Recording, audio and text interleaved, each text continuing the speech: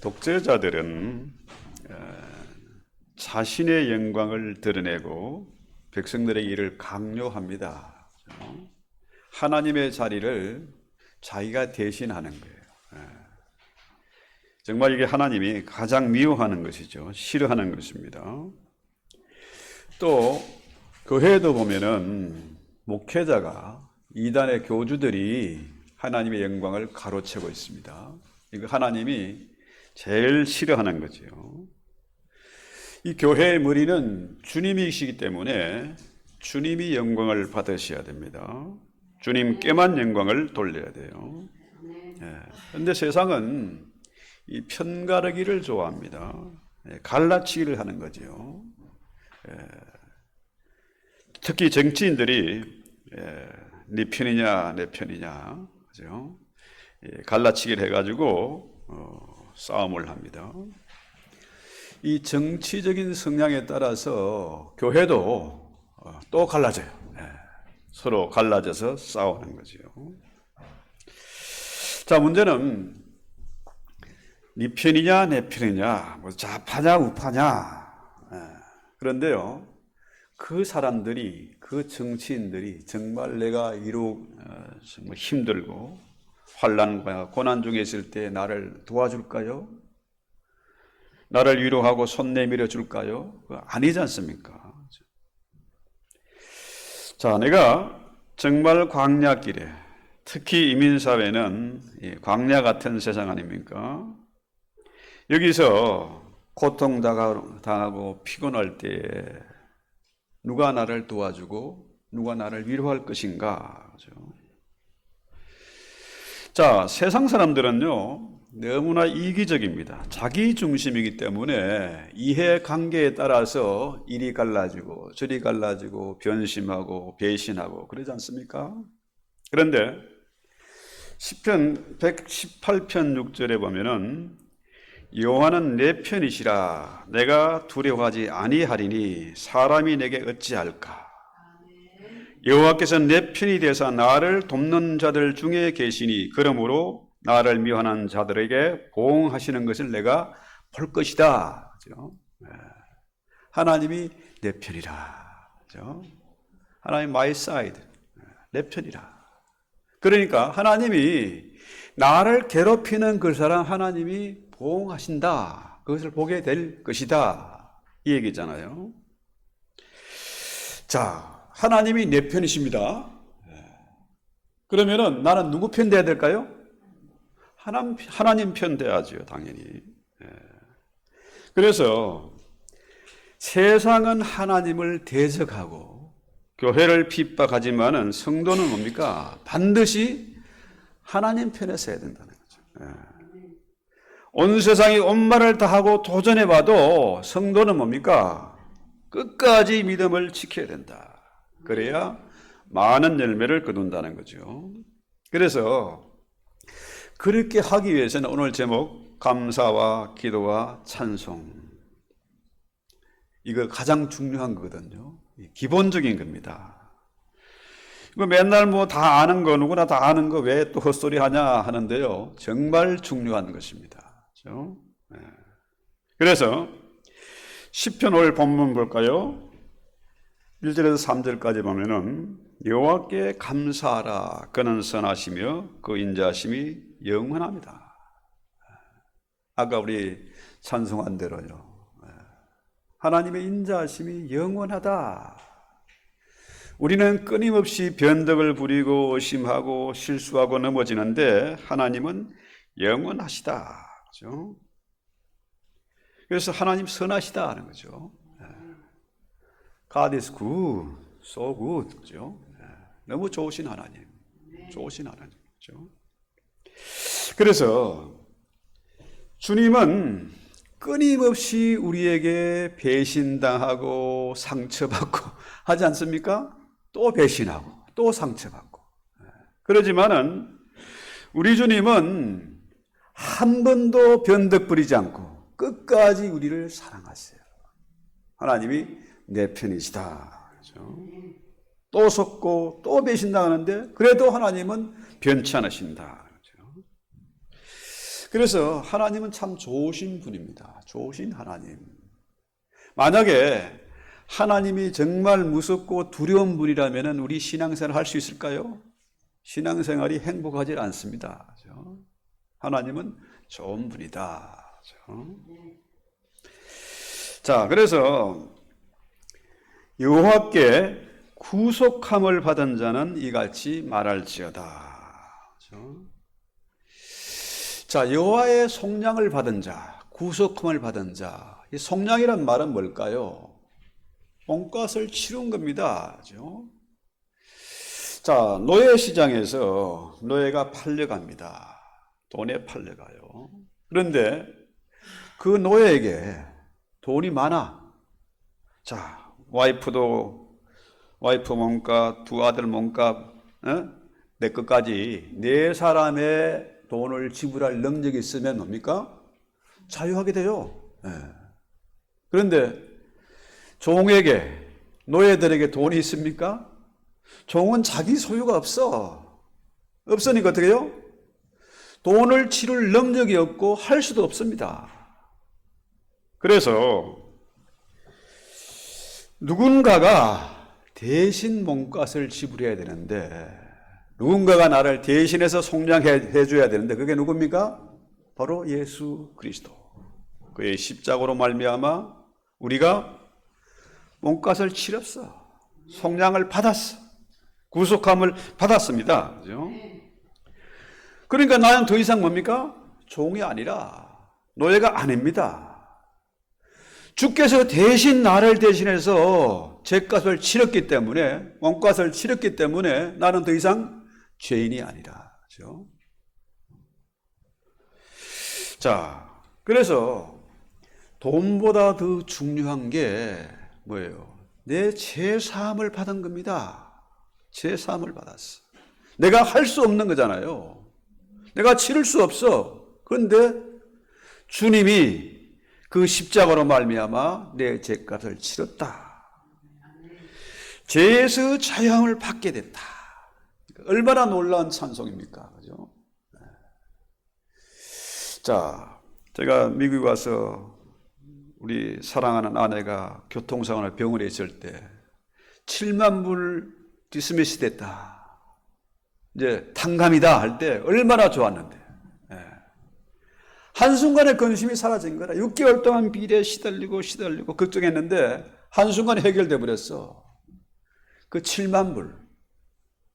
그런데 우리의 죄값은 억만금을 주고도 해결할 수 없습니다. 죄에서 해방됐다. 죄에서 구속을 받았다. 이거는 얼마나 놀라운 감격입니까? 그죠?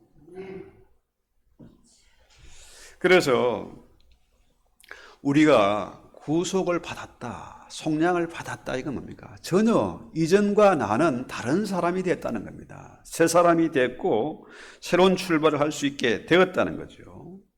그래서 우리는 감사해야 된다는 거죠. 네, 감사하라. 왜냐하면 그 선하심과 인자하심이 영원하기 때문이다. 내가 실수하고 넘어져도 조금도 염려하지 않을 것은 하나님이 내 편이시다. 여전히 나를 사랑하신다는 거죠.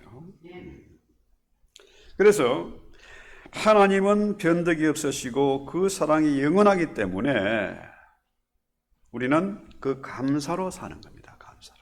감사하는 사람은 해피한 거예요.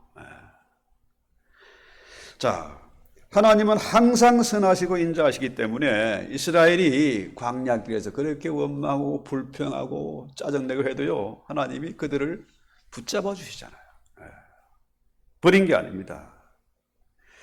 광야 40년 동안에 그들이 온갖 더러운 짓을 하고 악한 짓을 했는데도 하나님은 그들을 붙잡고 계신다. 그렇죠? 그 과정이 때로 힘들지만은 그것은 하나의 연단의 과정이었다. 그렇죠? 그래서 4절 볼까요? 저희가 광야 사막길에서 방황하며 그 안의 성을 찾지 못하고 줄이고 목마름으로 그 영혼이 속에서 피곤했다.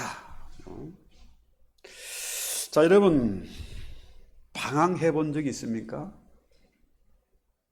저는 어려서 많이 방황을 했어요. 쓸데없는 시간 많이 버리고 정력을 낭비하고.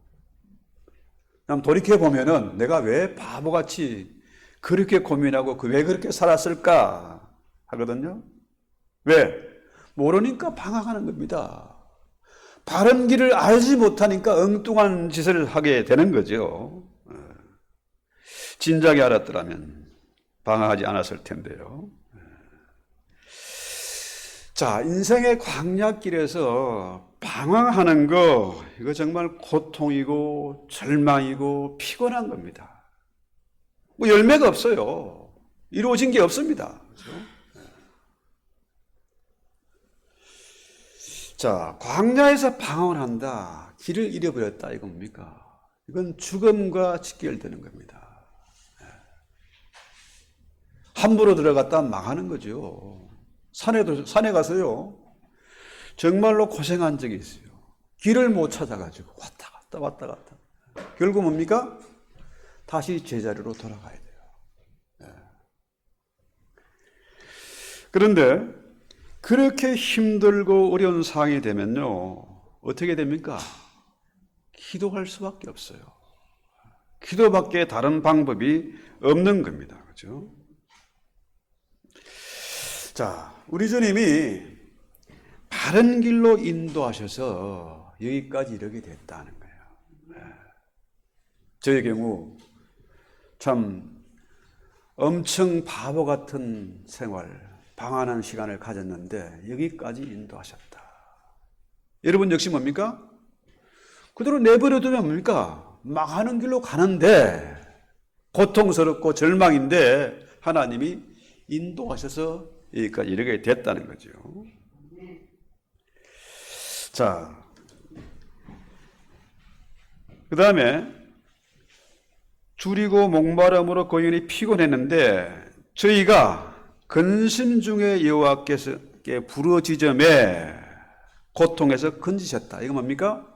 기도했더니 부르짖었더니 고통에서 건져내셨다. 그 기도에 응답하셨다는 거죠. 그래서요, 기도란 뭡니까? 기도는 사실은 미사역을 동원한 게 아니고 사실은 뭐예요? 영혼의 부르짖음이잖아요. 부르짖어 기도하는 겁니다. 그죠? 기도에 다른 방법이 없기 때문에 부르짖어 기도하는 거죠. 그래서 고통에서 건지셨다는 이 광야 40년이 왜 필요했을까? 왜 그런 고통이 필요했을까? 그죠? 마태복음 7장 13절에 보면은 좁은 문으로 들어가라. 멸망으로 인도하는 문은 크고 그 길이 넓어 그리로 들어가는 자가 많고 생명으로 인도하는 문은 좁고 길이 협착해서 찾는 이가 적다는 거예요. 이 길이 많은 사람들이 몰려드는 길이 아니고 생명의 길이기 때문에 여기에 찾는 이가 적다는 겁니다. 지금 수많은 교회들이 어려움을 겪고 있고 기도원이 거의가 다 초토화되다시피 기도원에 사람이 없어요. 제가 한 2주 전에 목사님하고 기도원에 가봤는데요. 여기 그 주님의 은혜 기도원이라고 참 잘 지어놨어요. 돈이 많아서 그런지 그 양반이 수리를 깨끗하게 해놨어요. 해놨는데 사람은 없고 개만 멍멍 짖고 있어요. 사람이 없어요. 왜 기도원이 문을 닫고 교회가 문을 닫고 사람들이 왜 교회를 떠날까요? 기도해도 응답이 없으니까 떠나는 겁니다. 교회에 와서 은혜가 없으니까 떠나는 거 아닙니까? 그렇잖아요? 그래서 하나님이 우리에게 때로 고난의 길로 인도하실 때가 있습니다. 고통 중에 부르짖더니 부르짖게 하는 거예요. 기도하라는 거죠. 그러면은 하나님이 고치신다, 응답하신다는 거죠. 그래서 여러분 운전할 때도 보면요, 만약에 차선이 없다, 신호등이 없다. 급할 때는 뭐 신호등 빨리 막 통과하고 싶고 그러지 않습니까? 만약에 감시 카메라도 없어, 경찰도 없어, 그러면 편할까요? 그러면 완전히 그냥 무법천지 되는 거죠. 길이 막혀서 꼼짝달싹 못하는 겁니다.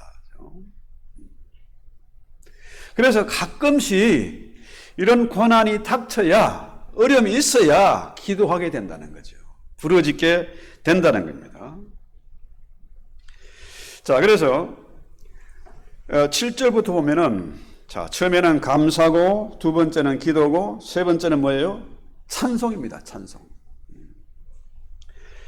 여호와의 인자하심과 인생에 행하신 기이한 일을 인하여 그를 찬송할지로다. 찬송 나오는 거죠. 자, 부르짖고 기도하면은 고통에서 건지시고 그할 성에 이르게 하셨다. 당연히 뭡니까? 찬송이 나오는 거죠. 이 찬송은 아무나 하는 게 아닙니다. 노래는 아무나 할 수 있어. 그런데 찬송은요, 아무나 하는 게 아닙니다. 고통 중에서 부르짖어 하나님의 음성을 들은 사람, 은혜를 받은 사람만이 찬송할 수 있는 겁니다. 그래서 찬송은 신앙인들만 하는 것이다. 찬송이 너무나 중요한 겁니다. 자, 사모하는 영혼을 만족케 하시며 줄인 영혼에게 좋은 것으로 채워주신다. 좋은 것 주신다는 거죠. 자, 이 사모한다는 말은요, 원문의 뜻을 보면은 목마른 사슴이 시냇물을 찾으려고 너무너무 급하게 막 뛰어다닌 겁니다. 지금 목말라 죽을 적이라 물을 찾아야 돼. 그렇게 뛰어다니는 것입니다. 사모한다? 너무나 절박한 겁니다. 그렇죠? 너무 절박해서 지금 죽게 생겨서 물을 마셔야 돼. 생수가 필요한 거죠.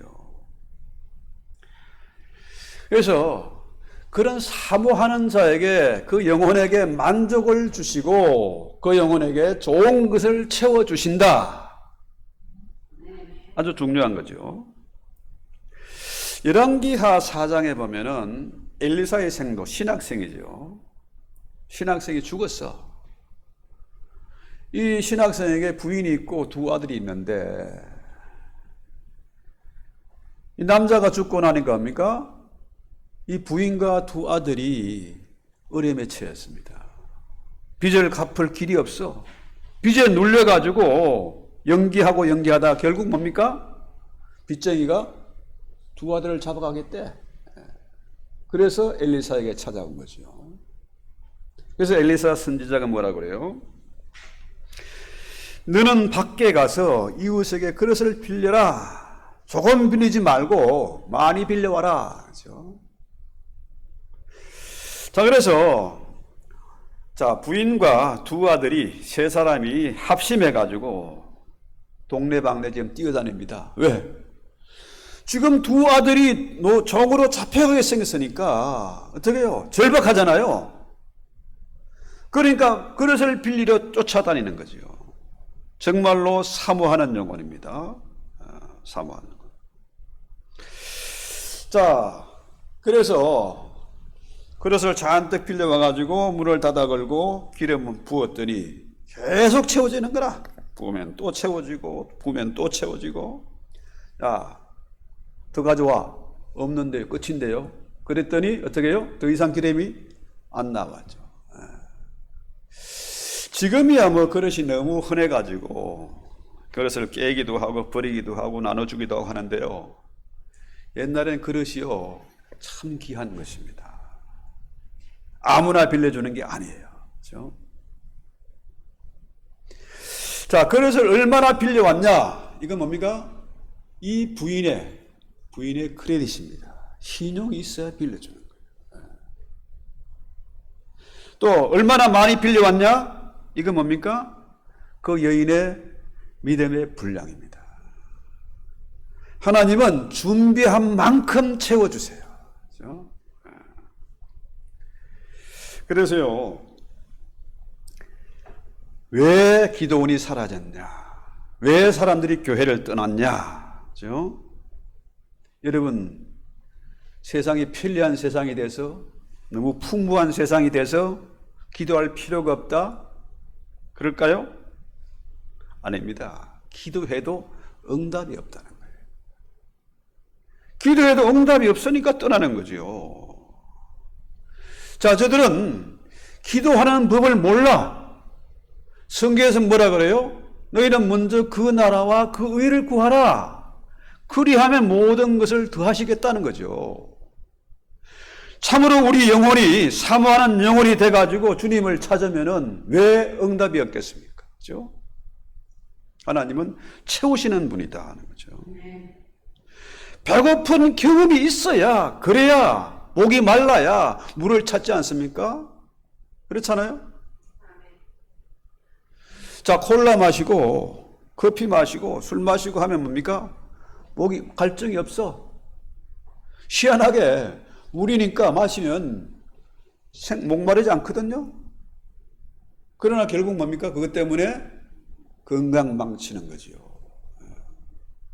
그것을 씻어내기 위해서 물을 쏟아내고 하다가 결국 뭡니까? 내 골수에 있는 것까지 물이 나가지 않습니까?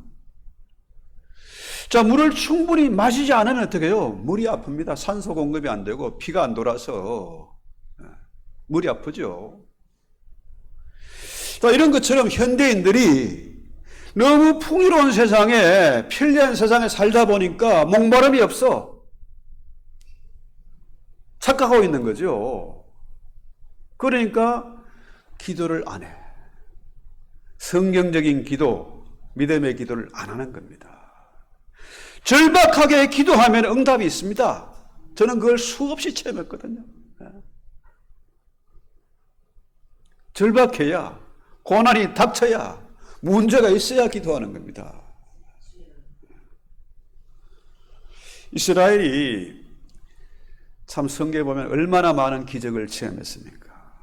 홍해가 갈라지는 기적, 애굽에 10가지 재앙이 내려서 자기들만 재앙을 면하는 그런 기적, 그죠?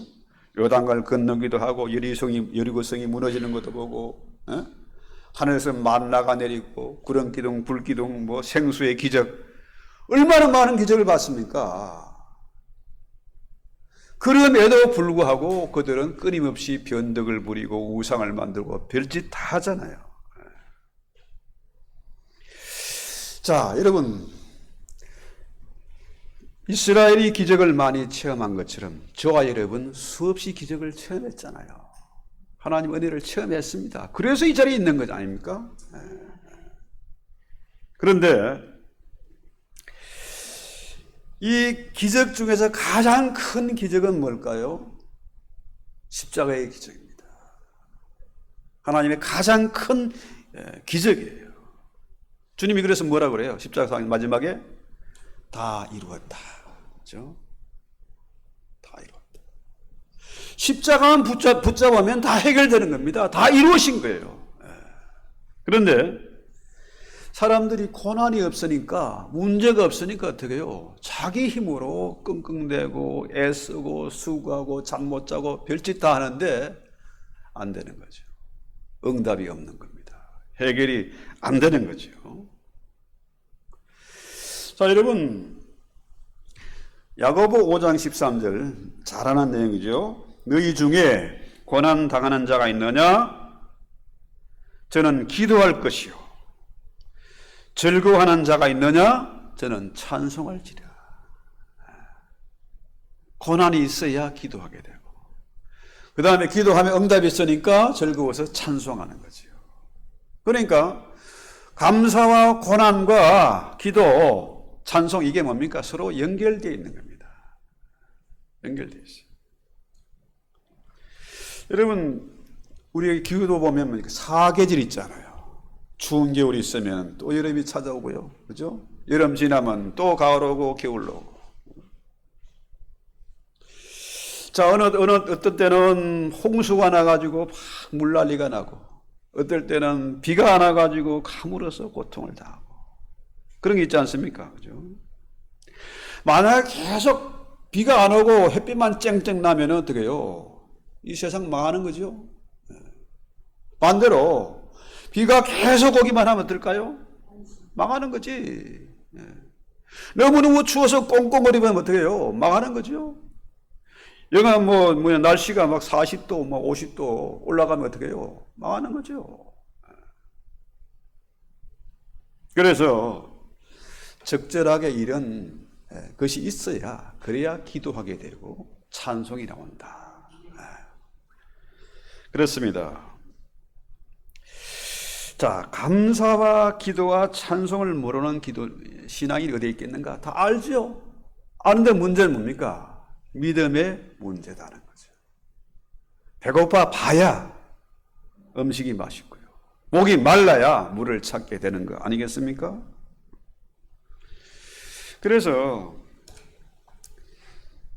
우리 찬송가 327장 잘 아시죠? 주의 주실 화평 믿음 얻기 위해 너는 기도했냐? 그렇죠? 간절히 기도했냐? 주님의 평안을 얻으려면 뭡니까? 평안을 위해서는 간절히 기도해야 돼요. 그렇지 않고는 아무리 기도해봐도 응답이 없고 하나님의 복을 주시 않아요. 고난 속에서 부르짖어 기도하면은 하나님이 응답하시고 복을 주신다는 거죠. 그래서 우리가 왜 기도하느냐, 왜 금식하느냐, 우리 인간의 이성으로는 요즘 현대인이 얼마나 똑똑해, 하도 영악해가지고 계산을 잘합니다. 그러다 보니까 뭡니까? 기도를 안 해요. 믿음이 없는 겁니다. 그렇죠?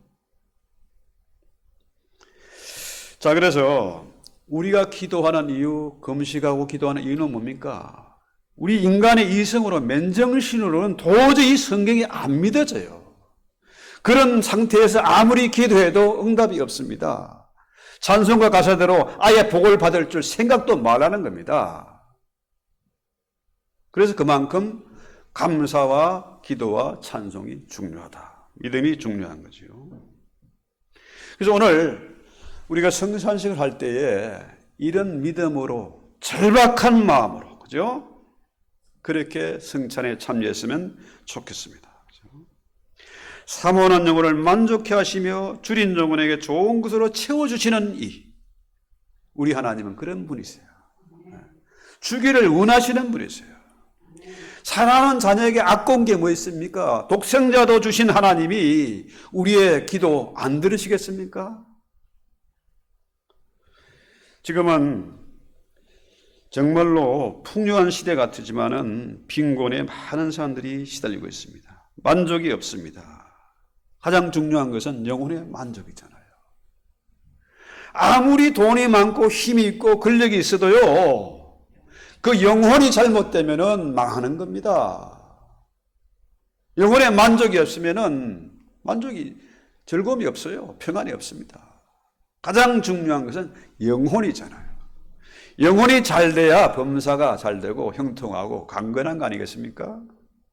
오늘 이 성찬식에 우리 찬송 기도할 때 이 성찬에 이런 은혜가, 내 영혼이 줄이고 만족하고 채워지는 그런 은혜가 있기를 바라고, 이 가장 중요한 것, 감사와 기도와 찬송, 이걸 우리 기본으로 다시 돌아가야 돼요. 처음 주님 만났을 때 그 감격, 기쁨, 그 자리로 다시 돌아가야 되겠다. 기본이 되어 있는 성도가 되어야 되겠다. 그런 믿음으로 우리 찬송하고 기도합시다. 찬송가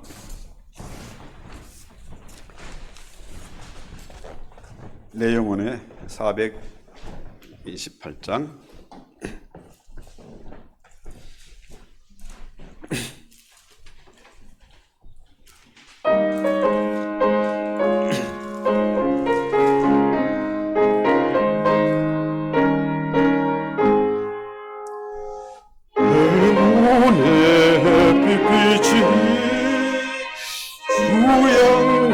찬란해 이 세상 어떤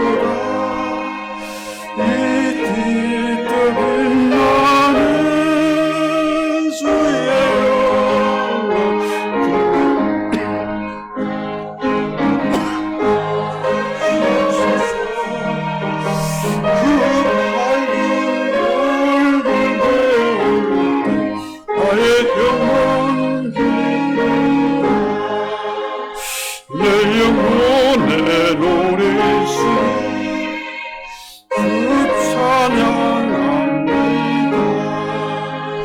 주 귀를 위시사 다 듣게 하시네. 주의 영광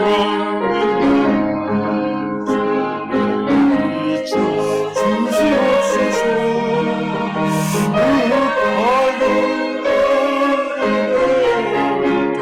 나의 영혼 기쁘다. 내 영혼의 복락에서 주 함께 하시되 그 평화 내게 깃들고 주 은혜 곱히네. 주의 영광 왕치 내게 비춰 주시옵소서. 그 밝은 날 배울 때 나의 영혼 기쁘다. 내 영혼의 기다리고 그의 소망 넘치네. 주 내게 복을 주시고 또 내려주시네. 그의 영광 내게 비춰 주시옵소서. 밝은 날